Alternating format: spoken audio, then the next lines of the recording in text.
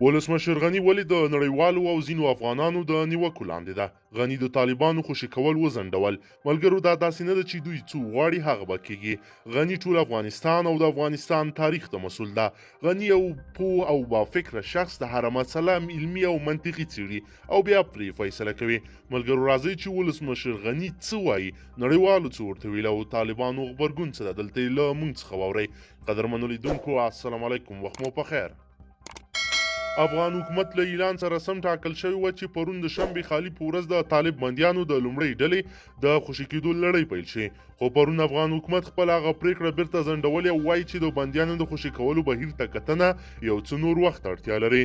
د مارچ پر 10 افغان حکومت د بندي طالبانو د بخښنې او خوشي کولو اعلان کړی و. ولسمشر اشرف غني ویلي و حکومت یې د ښه نیت له مخې د طالبانو د 1500 بندیانو د آزادولو پریکړه کړې او 3500 به یې له طالبانو سره د بین الافغاني مذاکراتو تر پیلېدو وروسته پرېښودل کیږي. طالبانو د ولسمشر غني دا خبره رد کړې وه او ویلي و چې د دوی ټول 15000 بندیان دي په یو وار خوشي کړل شي. د افغانستان د ملي امنیت شورا ویان جاوید فیصل وایي د طالب بندیانو خوشي کېدل یې ځکه ځنډولي چې وایي د بندیانو د خلاصون په څرنګوالي کار روان دی.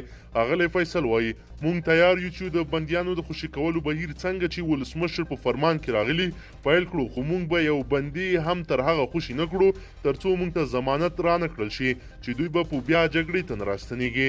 طالبانو امریکا او د افغان سولې لپاره د امریکي ځانګړي استازي زلمی خلیلزاد تر اوسه د طالب بندیانو په خوشي کولو کې د ځنډ په اړه د افغان حکومت د دې پریکړې په اړه کوم غبرګون نه دی څرګند کړی. یو لوړپوړي چارواکي اسوسییټډ پریس ته ویلي کېدای شي د بندیانو د خلاصون ځنډ په قطر کې شوی وي د سولې تړون ته زیان ورسوي. د ملي امنیت شورا ویان جاوید فیصل وایي د بندیانو د خوشي کېدو موضوع حساسه ده او د خوشي کولو لړۍ په دې خطر ځنډول شوی چې نور کار ورباندې وشي او د سولې لپاره د پیدا شوی موقع له لاسه ونوځي.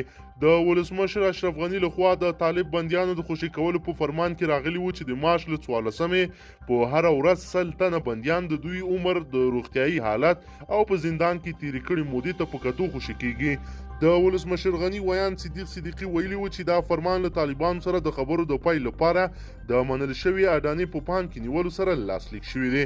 په قطر کې د فبرورۍ پر 29 د امریکا او طالبانو ترمنځ د سولې په تړون کې طالبانو د 15000 او د افغان حکومت 1000 تنه بندیانو د تبادلې خبره شوې وه، خو تر تړون وروسته د طالبانو او افغان حکومت ترمنځ د بندیانو پر تبادله اختلافونه دي. ټاکل شوی و چې د مارچ پر 10 له طالبانو سره بین الافغاني خبرې پیل شوې وای او دواړو لورو منلي چې د خبرو لپاره مرکچي پلاوي تیار کړي، خو دا خبرې تر اوسه له ځنډ او خنډ سره مخ دي.